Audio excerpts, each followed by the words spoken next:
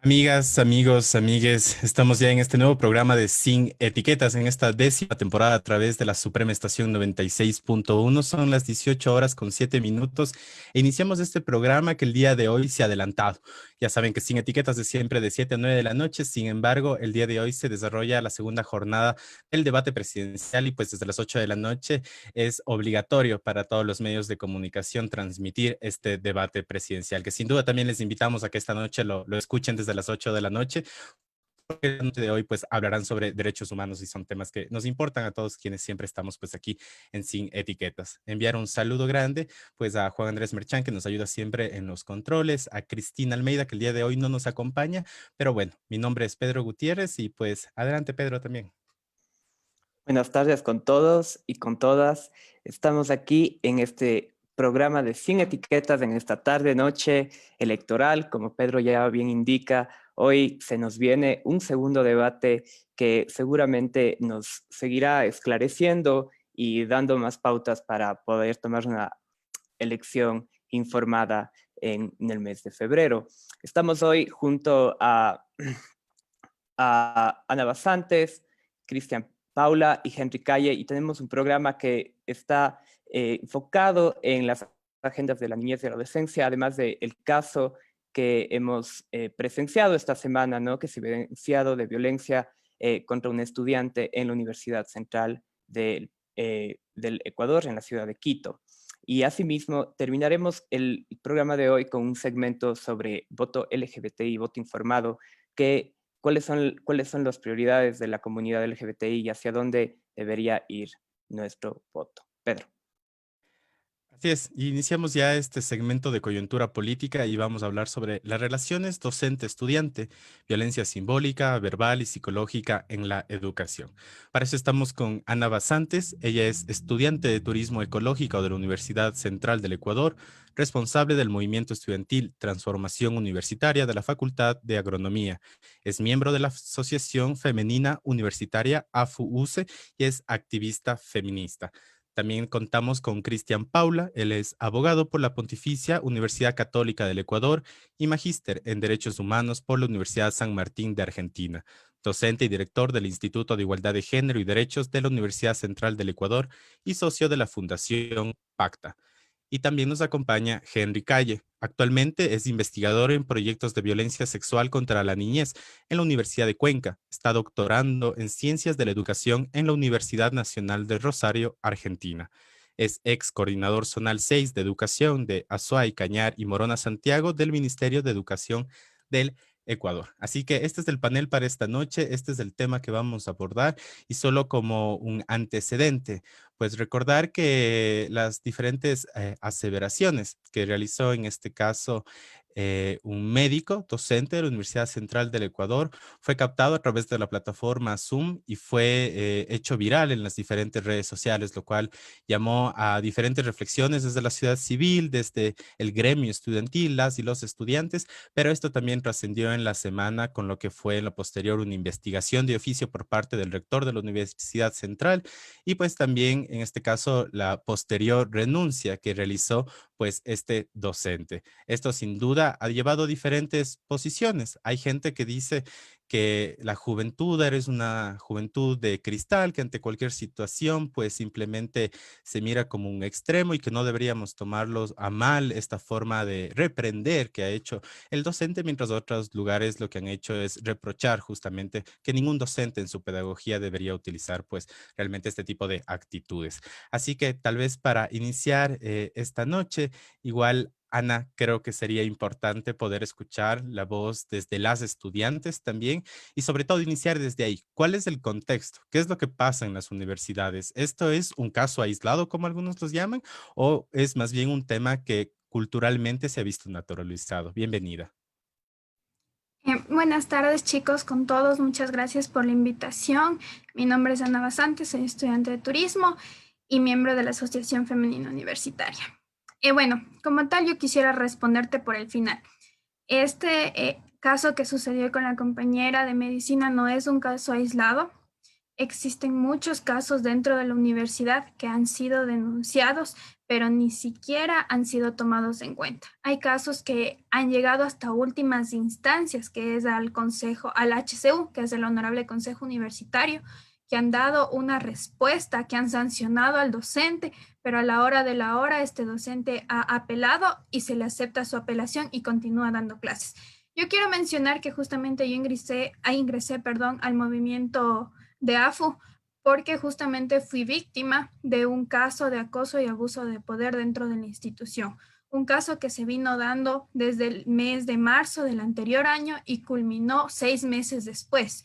Entonces, a mí sí me sorprende bastante con el caso de la compañera, porque justamente aquí se hizo un linchamiento mediático. Es decir, salió a redes, toda la gente hubo una posición y al siguiente día sí hubo un pronunciamiento por parte de las autoridades, pero hay casos que hasta el día de hoy siguen sin ser nombrados. No es un caso aislado. En cada facultad se podría decir de manera general, hay casos y casos. Yo conozco un caso muy de cerca que es el caso de veterinaria, que empezamos este proceso de denuncias casi juntas con estas compañeras de veterinaria en el anterior año. Ellas hasta el día de hoy siguen luchando contra este docente que fue sancionado por 3 semestres de separación. Sin embargo, apeló a esta sentencia y vuelve a dar clases a las mismas compañeras que han denunciado. O sea, a nosotros nos indigna tanto eso porque dentro de la universidad, en especial en la UCE, existe un protocolo de violencia de género. Y aquí se irrespetó por completo este protocolo, ya que una de sus normativas es que cuando tú presentas una denuncia, tú ya no vuelves a recibir clases, prácticas preprofesionales, en ningún lugar con este docente. Sin embargo, a las compañeras, pese a haber denunciado, pese a que el docente se les sancionó y pese a que el HCU resolvió absolverle, siguen recibiendo clases con el mismo docente. A pesar de que es un semestre virtual, nosotros no sabemos cuáles serán las reacciones de este docente contra estas compañeras y nosotros lo hemos manifestado públicamente, hemos hecho y en vivos hemos salido a las calles pese a la pandemia, nos hemos manifestado. Hay otro caso que es de artes también muy conocido. Hay un caso que hubo en nivelación contra una compañera donde se grabó justamente que el docente le hacía insinuaciones a la compañera. Sin embargo, como hubo el despido de los profesores de nivelación, el caso quedó ahí y no avanzó. Hay otro caso muy conocido también de química. O sea, no son casos aislados. Tal vez el caso de medicina sí hubo este estallido porque hubo la grabación, hubo como tal la evidencia. En los otros casos es la palabra de la estudiante contra la palabra del docente. Y lo que a nosotros sí nos indigna de manera general es que cuando una persona va y denuncia, por lo general no se llega a mayores instancias. Quisiera explicar un poquito el proceso. Nosotros cuando vamos y denunciamos tenemos que ir a bienestar estudiantil. Posteriormente, esta denuncia avanza al CAD, que es la Comisión de Asuntos Disciplinarios.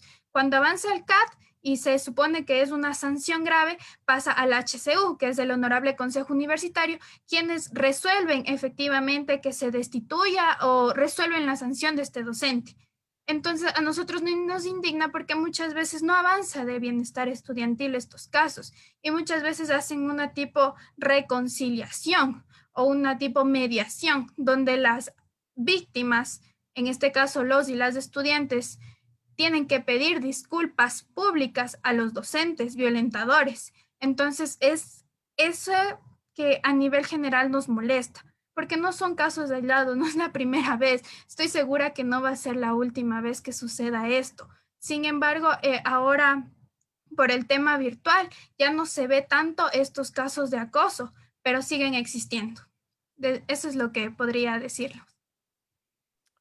Sin duda, Ana, es indignante lo que tú explicas, ¿no? Tanta violencia, tanto abuso de poder, que pase sin noticia, ¿no? Y de repente un caso tan mediatizado como tú lo explicas se vuelve tan importante y se generan tantas acciones alrededor del mismo, ¿no?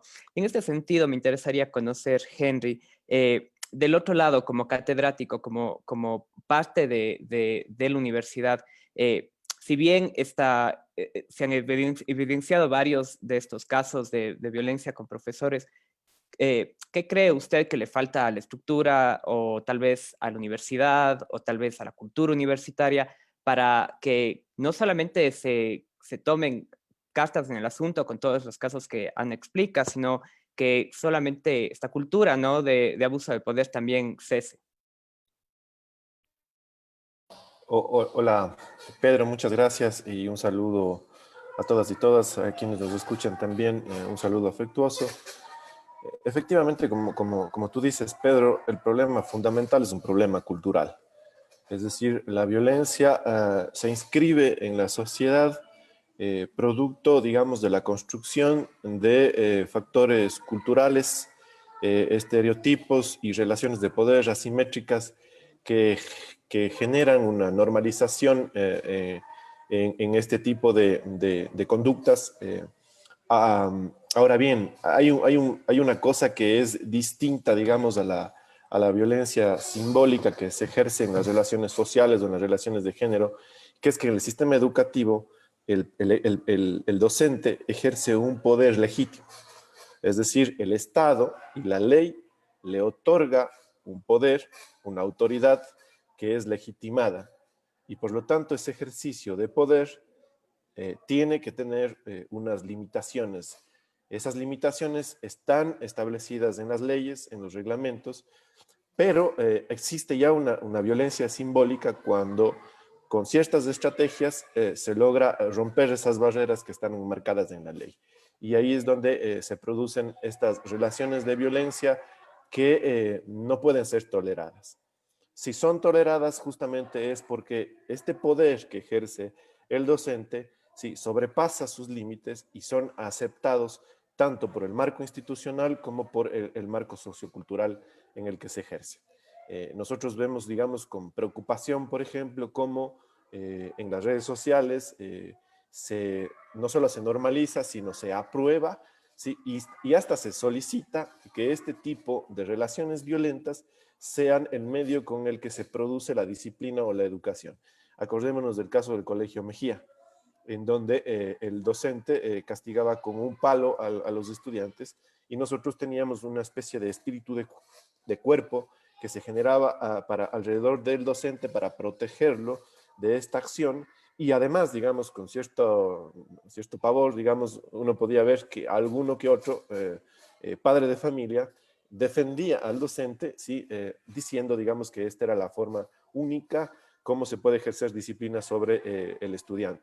Y además recomendaban al docente que se ejerza de esta forma la disciplina. Por lo tanto, digamos, esta normalización produce que esto se tolere y que las barreras fundamentalmente para que se erradique la violencia están inscritas en los factores culturales de la sociedad. No es un tema de leyes, no es un tema de reglamentos, no es un tema de protocolos. En el país existen protocolos para erradicar la violencia desde hace décadas, a partir de la Convención de los Derechos del Niño. Todos los estados y naciones generaron una serie de mecanismos legales y de protocolos y sin embargo la situación nosotros la vemos presente y tiene que ver fundamentalmente porque hace falta, y con esto concluyo tu pregunta, hace falta culturización y sobre todo mucha educación para la prevención de la violencia. Gracias, Henry. Y pues, Cristian, nos ha mencionado, por ejemplo, Ana, y ya se refería ahora a Henry, que hay protocolos, hay vías administrativas, hay vías legales, en sus momentos hay vías penales también para realizar las denuncias. Sin embargo, ¿qué es lo que está pasando con esta aplicación en la universidad? Y por otro lado, un tema que la gente no ha entendido bien es por qué la Universidad Central del Ecuador no le acepta la renuncia a este docente. Digamos, hay que explicar a la ciudadanía también. Bueno, buenas tardes con todas, todos, todes. Pedros, muchas gracias por la invitación, igual al panel.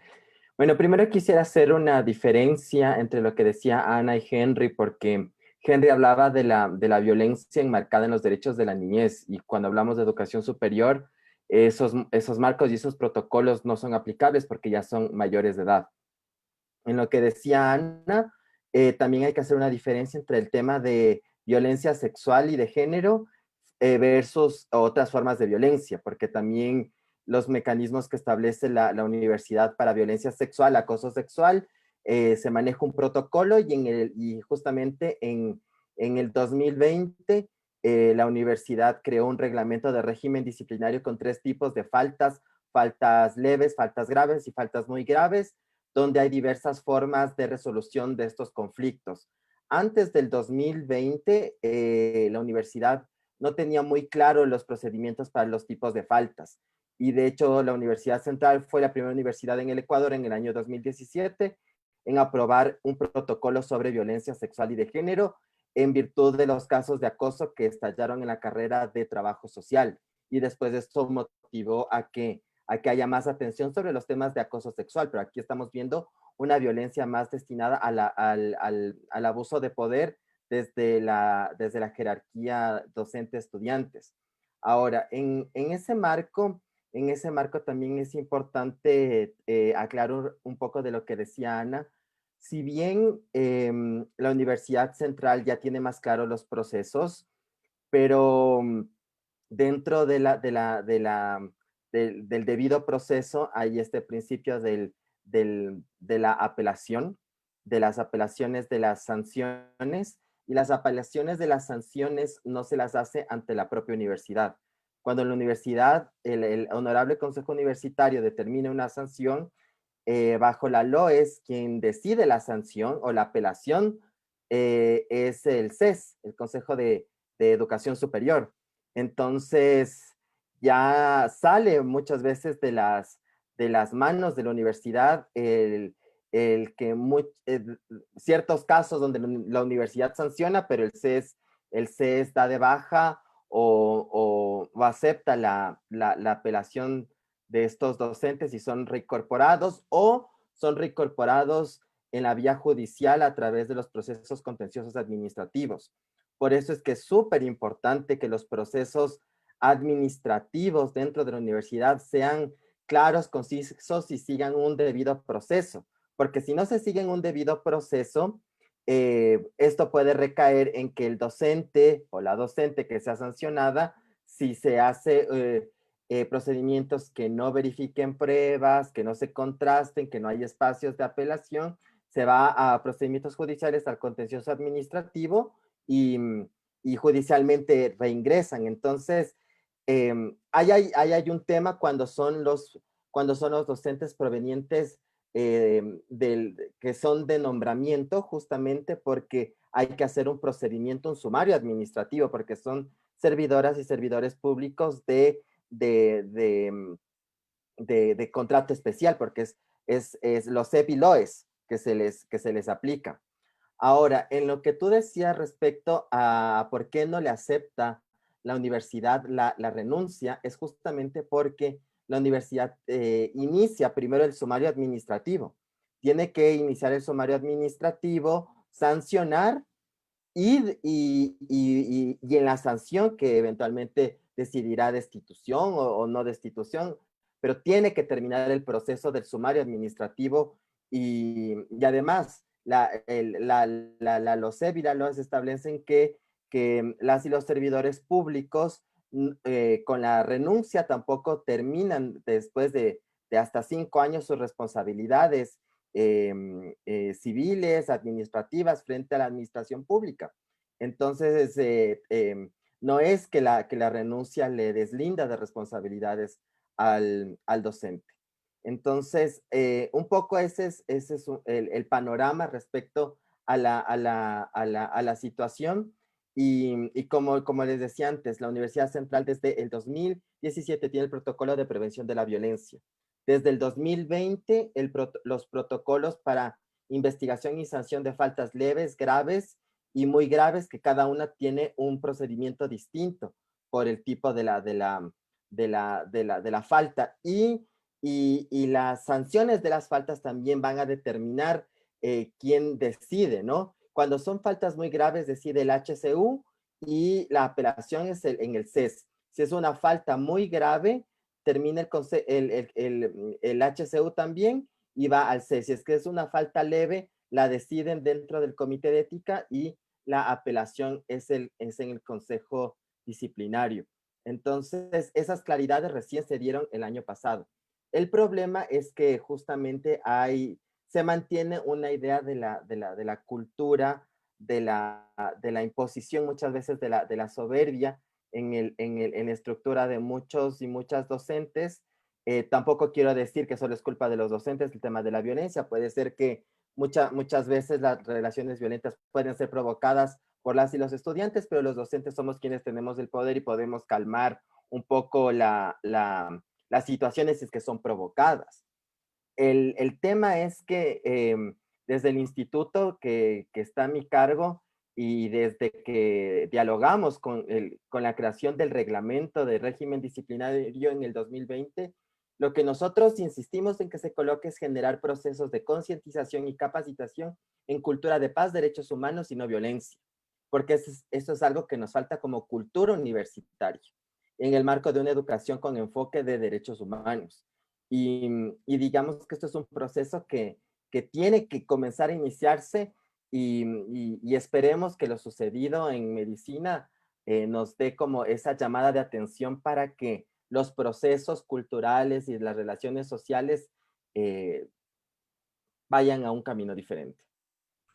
Muchas gracias, Cristian, y realmente muchas gracias por esclarecer realmente toda esta situación de la renuncia, que creo que, como Pedro ya había indicado, había sido un poco confusa para ciertas personas. Y quisiera moverme un poco hacia el Facebook. Estamos nosotros en Facebook, en nuestra página de Sin Etiquetas 961.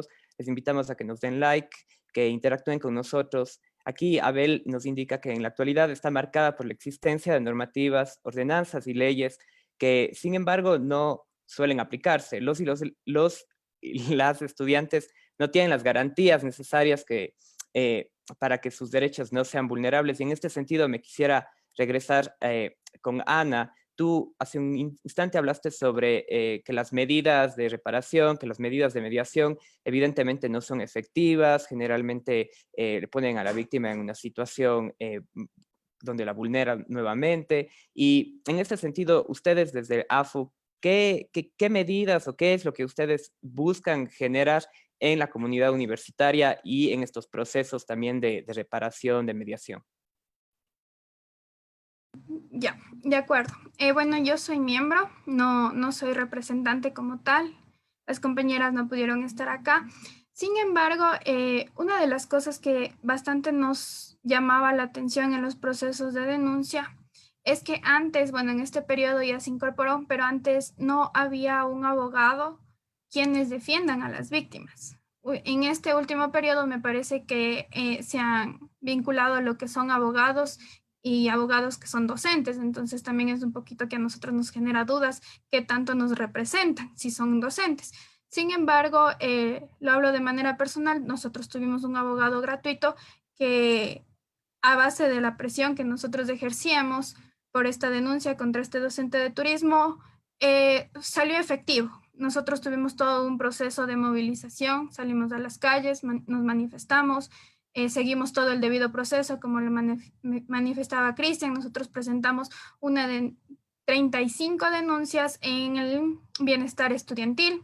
Como ya se consideró que era una falta grave, nosotros peleamos y luchamos hasta que se abra la Comisión de Asuntos Disciplinarios, porque como justo empezó esto de la pandemia, todas las funciones estaban, o sea, no había ningún personal que nos atienda en esos momentos. Entonces fue la pelea a la Comisión de Asuntos Disciplinarios y posteriormente fue la pelea al HCU. También nos realizaron una tipo apelación. Sin embargo, a nosotros nunca nos explicaron pues que teníamos que, si es que en este caso no se apelaba o en este caso salía a favor la apelación del docente, nunca nos supieron manifestar que esto lo resolvía el CES. A nosotros sí nos manifestaban, obviamente, que este era un proceso administrativo, pero que podíamos también seguir a la par un proceso civil. Entonces eran otras instancias que nosotros sí estábamos buscando los medios para podernos mover. Sin embargo, nosotros sí nos topamos con ciertas irregularidades. Uno de esos es que nosotros queríamos presentar como pruebas audios que nosotros teníamos de los docentes, entonces, de este docente. Entonces, cuando nosotros quisimos manifestar esto en el CAT, no nos aceptaron estos audios. Nos decían que tenía que pasar por un proceso de peritaje, que es obviamente entendido, que es para demostrar obviamente que el audio es de esta persona. Sin embargo, cuando nosotros quisimos hacer este peritaje, nos tomamos con la sorpresa que la universidad no iba a a costearnos de estos gastos. Entonces, cada peritaje iba alrededor de 400 a 600 dólares. Entonces, un estudiante promedio no cuenta con ese tipo de recursos. Entonces, era algo que nosotros también nos chocaba un poco, y a la final fue nuestra palabra, los 35 estudiantes declarando en la Comisión de Asuntos Disciplinarios contra el docente. Aquí yo sí veo ciertas irregularidades, que no se respeta totalmente las garantías de los y las estudiantes, porque también son hombres, también los afectados. Cabe recalcar que no son solo las mujeres, porque a la final hacen ¿cómo te los puedo explicar? Porque a la final todo el mundo se llega a enterar, o sea, no hay una garantía del silencio total. Nosotros nos topamos que, si bien el docente no era la persona que ya nos estaba intimidando directamente, eran otros docentes, eran otros compañeros. Nos topamos con el caso de que incluso nos llamaban los directores de carrera a decir que ya basta, que dejen de quejarse, que ya paren, que vamos a seguir el debido proceso, que vamos a seguir todo, pero que no hagan público. Entonces, a nosotros sí nos molestaba esto, y en todos los casos, lo hablo en veterinaria también, porque nosotros lo sacamos por un medio de comunicación que es la Gaceta del Zángano. Y cuando las chicas se manifestaron, les escribieron personalmente a sus chats y que les decían que por favor ya se calmen, que dejen eso, que van a tener problemas, que los otros docentes van a iniciar procesos judiciales contra las chicas por calumnias, porque no estamos respetando el estatuto universitario, porque ya está, nos habían dicho también que ya está siendo sancionado el mal uso de las redes sociales, que estamos calumniando. Entonces, no es solo tal vez el abuso de poder docente contra estudiante, sino que ya se viene todo, o sea, se viene atrás muchas cosas. O sea, en el caso yo lo veo siempre de veterinaria, porque es un caso que estamos luchando desde marzo del año pasado y que hasta el día de hoy no ha tenido un resultado favorable para los estudiantes. A nosotros sí nos molesta eso, y que ya no es solo el docente quien está atrás de esto, sino son varias personas. Pero también creo que hay que recalcar el otro lado que decía Cristian, que si bien ahora se han implementado estos protocolos, nos da unas guías de qué es lo que nosotros tenemos que seguir, porque cuando uno empieza un proceso de denuncia, empieza en la total ignorancia. De forma personal, con las chicas de veterinaria y con las chicas de artes, nosotros fuimos a bienestar estudiantil, y ahí nos supieron mencionar todo este proceso de socialización del protocolo. Nosotros también, por parte de, me parece que es la doctora Nilka Pérez, envió una delegada al turismo, donde explicó a más de 70 chicos todo lo que es el proceso de denuncia. Entonces, aquí me parece importante destacar la participación de bienestar estudiantil, que sí, o sea, trata de siempre velar por los intereses de los estudiantes. Yo he visto incluso cómo la doctora Nilka Pérez ha defendido a varios estudiantes, pero sin embargo, aún falta dar ese salto. Nosotros al final exigíamos una reparación de daños cuando hubo el proceso de turismo, porque hubo estudiantes que, por violencia simbólica, por malos tratos durante 3 semestres seguidos, estaban haciendo una tercera matrícula. Y a nosotros nos indignaba que el docente, a más de ser un mal docente, trataba mal a los estudiantes, decía muchas groserías en clases, les dejaba a la mayoría de chicos. Entonces, a nosotros era algo también que ya involucraba la pedagogía en el ámbito académico, y muchos compañeros hicieron una tercera matrícula y se quedaron fuera de la universidad. Entonces, nosotros exigíamos esto, ¿no? Que por favor, o sea, se analice el tema académico también, pero es algo que no se tomaba en cuenta. Nosotros también decíamos como que, bueno, ok, está bien que no se tome el ámbito académico, pero exigimos disculpas públicas. Es algo que tampoco nunca se dio. O sea, sí nos exigen a nosotros, pero por la parte del docente no había el mismo trato. Y bueno, como les digo, hay varios factores, la verdad. Concuerdo con Cristian que necesitamos una educación desde un enfoque desde los derechos humanos, pero realmente estamos muy lejos de conseguirlo. Creo que necesitamos socializar de forma urgente ese protocolo de violencia de género que existe ahora en la universidad. Es importante que todo el mundo conozca sus derechos. Nosotros en AFU planteamos y hicimos al principio del semestre una socialización del estatuto universitario. Entonces ahí nosotros explicábamos, ¿no? Pues todo esto de lo que son las faltas leves, las faltas graves, etcétera. Y bueno, eso es lo que hemos hecho en AFU. Muchas gracias, Ana. Y pues para contextualizar un poco, porque hay alguna gente que por las redes nos dice de qué caso exactamente están hablando, y pues estamos hablando de un caso que nos ha ayudado a reflexionar con mayor profundidad lo que sucede en el sistema de educación, sea escolar, sea en la secundaria o sea en este caso en las universidades. Sin embargo, me voy a permitir leer la carta que fue pública por parte del médico José Augusto Durán Chávez, porque creo que es importante analizar los argumentos que se utilizan, que es quizá un poco de lo que ya nos ha dicho Ana durante este momento como tal. Esto fue emitido en Quito el 13 de enero del 2021, dice de mi consideración, después de los acontecimientos ocurridos durante una clase con los alumnos de octavo semestre de la Facultad de Ciencias Médicas, donde se desencadenó la serie de eventos que ahora son de dominio público, ratifico mi pedido realizado hace un año, el cual no siguió el trámite correspondiente para solicitar mi renuncia irrevocable al cargo. No sin antes expresar a usted, señor rector, y a todo el país las razones que mueven esta decisión. Primero, el problema inicia por una mentira, en mayúsculas, que comete el alumno, no el profesor, en mayúsculas. Esto lo sabrían de mejor manera si el video se reprodujera desde el inicio y en todo su contexto. Cuando me formé de médico aprendí que lo más repudiable en un profesional de la salud es el engaño y la falsedad. Ecuatorianos, desgraciadamente, la mentira se ha convertido en la forma de vida de muchos.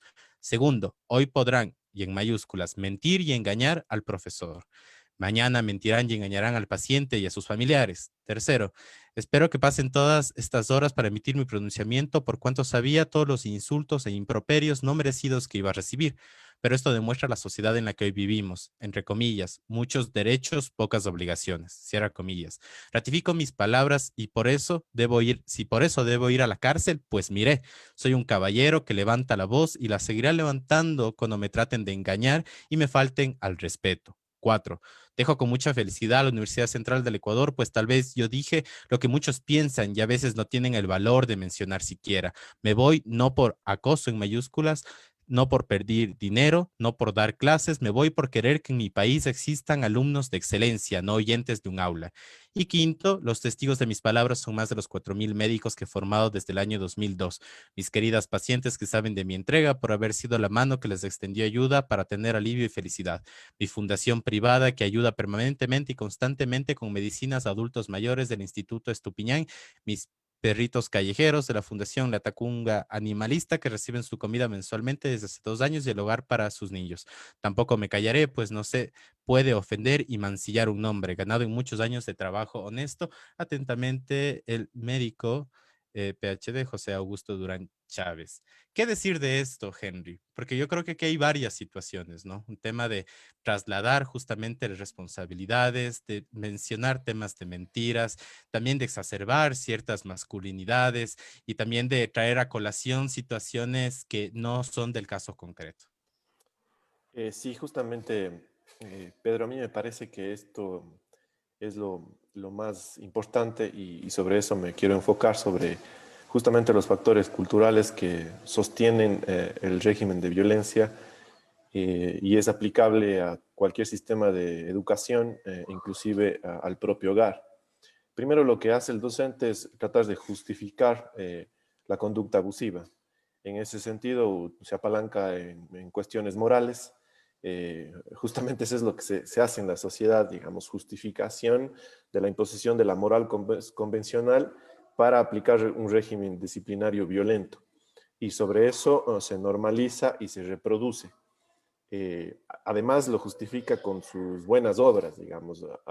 Acuérdate, Pedro, lo que dijo, lo que decía, digamos, en nuestra sociedad cuencana cuando se inició el proceso de investigación del sacerdote César Cordero. No faltó quien justificaba, digamos, sus actos de abuso sexual con su obra educativa. Y entonces lo bueno no sirve para justificar lo malo, más aún cuando lo malo son actos de violencia y actos reñidos con la ley y el derecho y los derechos humanos de las otras personas, en este caso niños o estudiantes universitarios. Y entonces, esta justificación no es tolerable. Y lo que decían Cristian, Ana, para eso existe los regímenes de sanciones y para eso la ley otorga, digamos, los instrumentos adecuados para tipificar una falta y acudir, digamos, a los instrumentos de ley que tiene el docente o la institución educativa para aplicar las sanciones frente a una eventual falta de un estudiante. Ese es el límite y no puede ser tolerado ningún otro tipo de aspecto que tenga que ver con la violencia.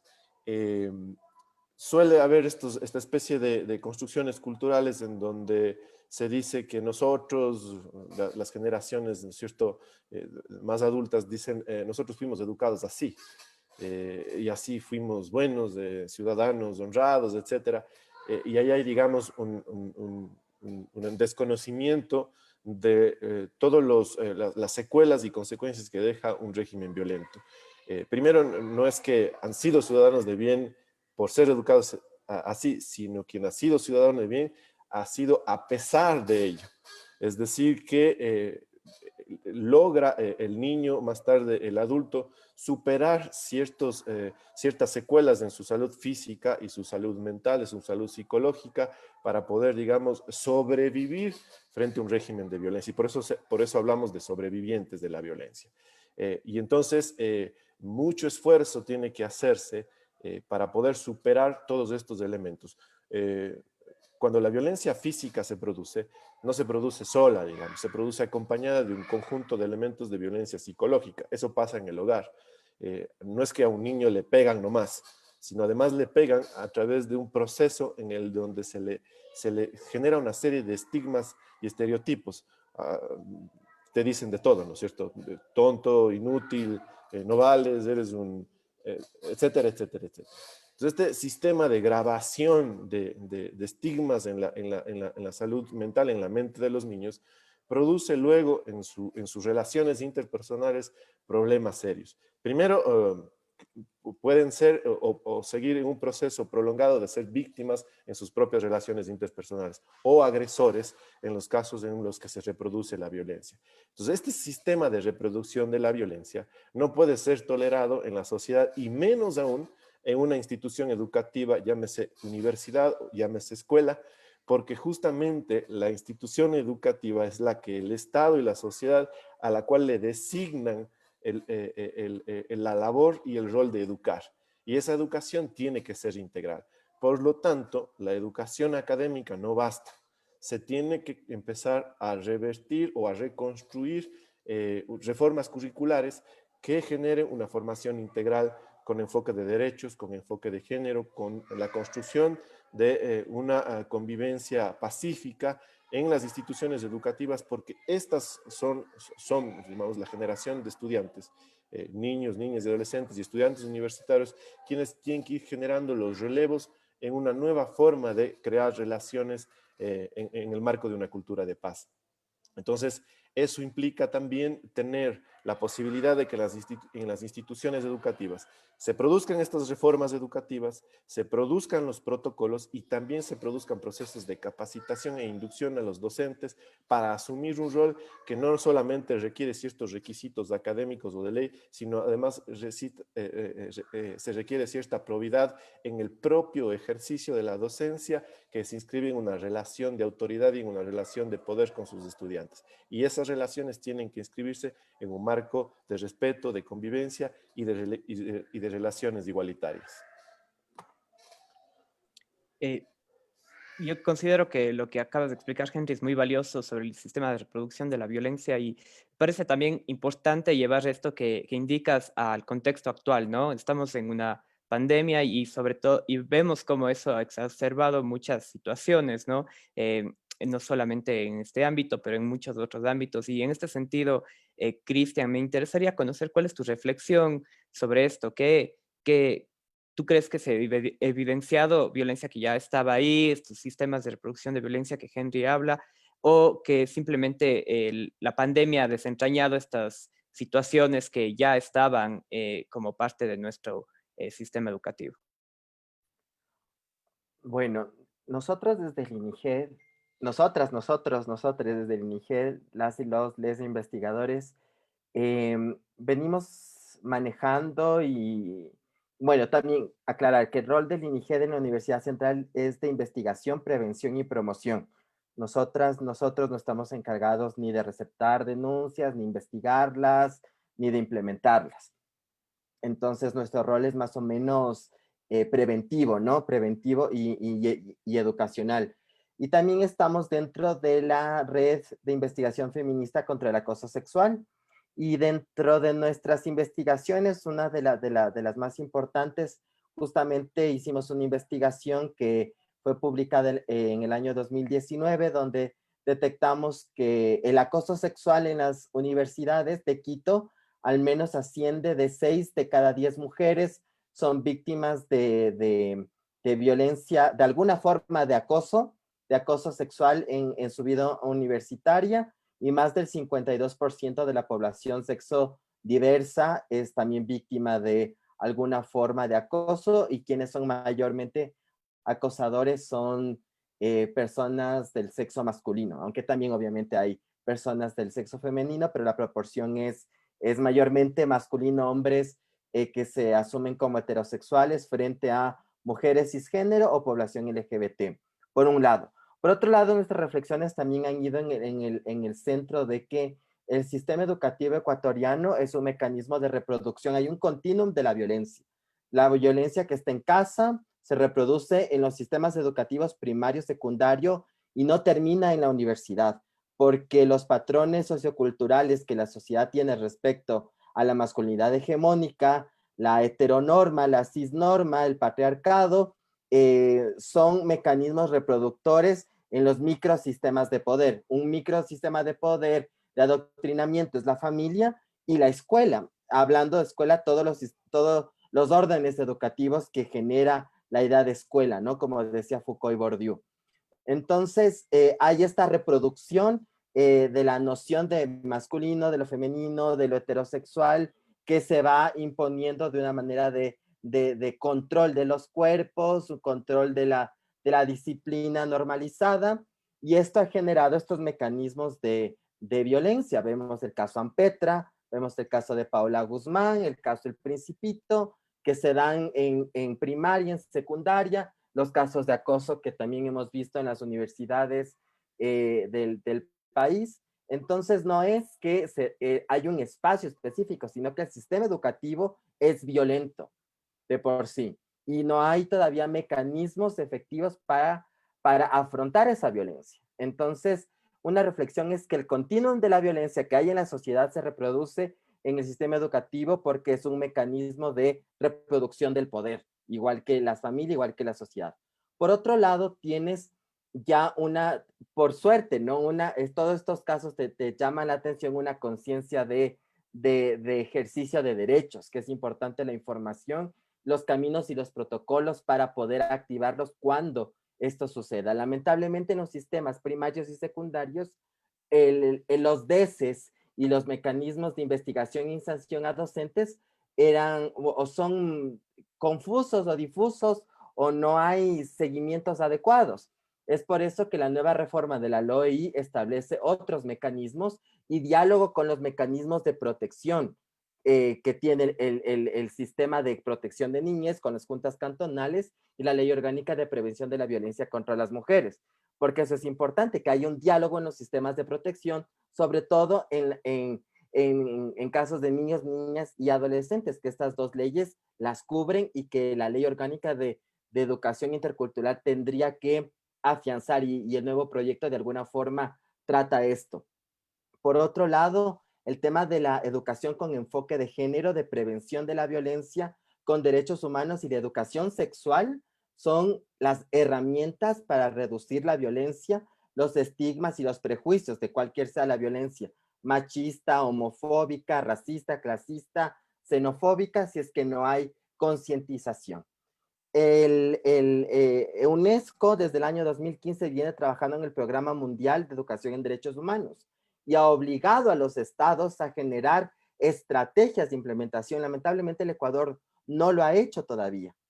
Entonces, eso deberíamos ser más incisivos que tanto el Ministerio de Educación como el CES apliquen el programa de educación con derechos humanos diseñado por la UNESCO, que ya vamos en la cuarta etapa, que se aprobó en el año 2018, y esto implica generar lineamientos de política pública para la formación de docentes, pero también para la formación de estudiantes. Y a mí lo que me asusta, por ejemplo, es que en estos debates para la presidencia se habla de volver a las clases de moral y cívica, como los mecanismos para romper la violencia, la discriminación, etcétera, pero realmente eso no es el camino. Toda la generación que ahorita son mayores de 40 años recibieron moral y cívica en sus escuelas y colegios y veamos la sociedad que tenemos. La sociedad con enfoque de género y con enfoque de derechos de educación sexual integral es el camino. La Corte Interamericana, en el caso de Paola Guzmán contra Ecuador, le dice al Ecuador, la educación sexual, obviamente diferenciada en la edad, es una de las herramientas básicas para niños y niñas para poder defenderse del abuso, del acoso y de la violencia sexual, porque pueden identificar cuando son víctimas dentro de sus casas o en el espacio educativo. Entonces, además de lo que señala la Corte Interamericana, es una obligación que tiene el Ecuador en política pública, en protocolos, en detección, en la implementación de estos enfoques en las mallas curriculares para niños y niñas.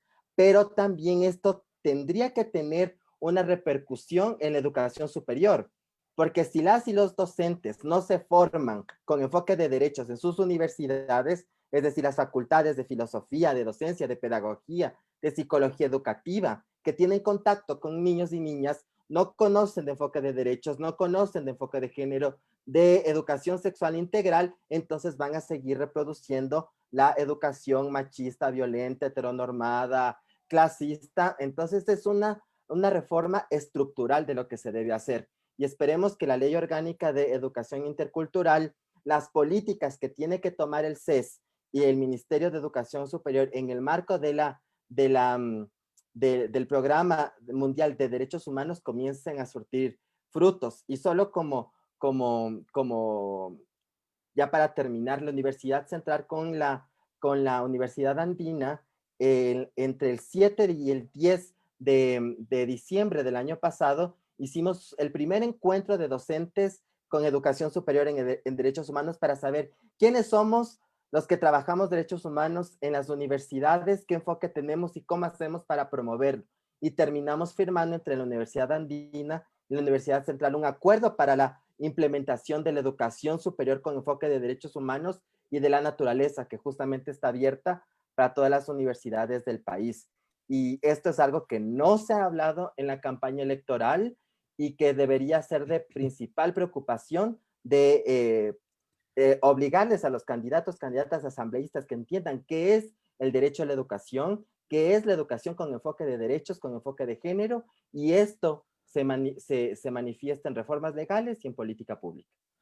Muchas gracias, Cris. Y para ya poder ya solo cerrar este segmento, pues en 1 o 2 minutos, así súper rápido, inicio con Henry, que tiene que abandonar un poquito antes la sala.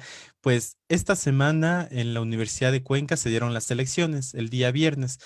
La segunda vuelta se dará este 27 de enero con la doctora María Augusta Hermida desde Fórum y con el doctor Pablo Vanegas desde Comunidad. En el contexto de lo que hemos hablado, las violencias, las relaciones de poder, en 1 o 2 minutos, si bien Henry está en Cuenca, Cris y Ana en Quito, pero ¿qué le dirían ustedes a las autoridades? Es la universidad pública de la ciudad. ¿Qué decirles frente a esto como un mensaje simplemente? Eh, Gracias, Pedro. Efectivamente, yo creo que la universidad y todo el sistema educativo tiene una oportunidad de empezar a hacer reformas profundas a los modelos de educación. Estoy de acuerdo con Cristian, el sistema actual es un sistema caduco. Nosotros además estamos súper retrasados de sistemas que podrían considerarse pioneros en términos de reforma. El sistema actual es el sistema de reproducción disciplinador, de vigilancia y castigo.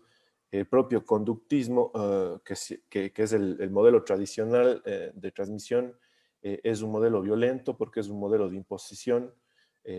Implica desde las propias facultades de educación empezar a hacer estas discusiones para hacer transformaciones en el modelo educativo inicial, básico y medio, Y eso implica que nuestros candidatos a la rectoría de la Universidad de Cuenca no pueden llegar solamente para administrar un sistema, una institución, sino tienen que ser, por sobre todos, elementos de transformación.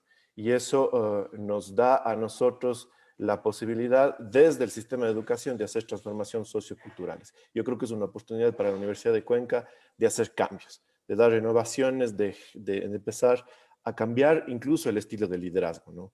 Ese liderazgo autoritario tiene que ser vencido por un tipo de liderazgo horizontal, dialogante, democrático, que pueda ser incluso innovador en la Universidad de Cuenca y si es liderado por una mujer, en buena hora. Muchas gracias, Henry. Ana. Bueno, yo la verdad, a ver, ¿qué les diría un poquito a los candidatos? Que la verdad sí necesitamos un enfoque de género dentro de las instituciones, desde la básica, desde lo primario hasta en sí en toda nuestra vida es muy importante. Sin embargo, yo solo quisiera puntualizar unas cosas en la universidad. Es que nosotros también tenemos que empezar a delimitar qué es la libertad de cátedra que ejercen los docentes. Necesitamos eso urgentemente, empezar a delimitar esas acciones. Necesitamos personas que en verdad nos representen, que hayan pasado por situaciones similares, que conozcan los procesos, simplemente no que vayan a un lugar y digan yo soy esto, soy este otro y eso por el estilo.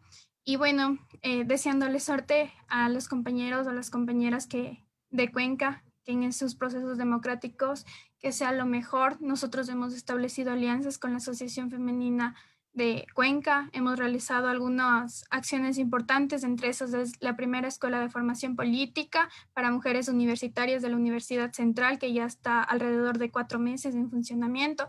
Entonces nosotros desde los espacios básicos, desde este tipo de acciones, hemos venido realizando pequeños cambios, pero que a la larga sumarán. Y eso es todo de mi parte, agradecerles por tomarme en cuenta y que sepan que las chicas sí están representadas, que hay personas que sí nos las fajamos y sacamos adelante estos casos, que lo vamos a hacer, que van a ser de dominio público y que se va a hacer justicia. Eso nada más. Muchas gracias, Ana. Cris. Bueno, para el tema de la Universidad de Cuenca, yo más de la, sí, o de Azuay, la Universidad de la Azuay, ¿cierto? Universidad del Cuenca, Cuenca. la Universidad De la Pública. Universidad de Cuenca.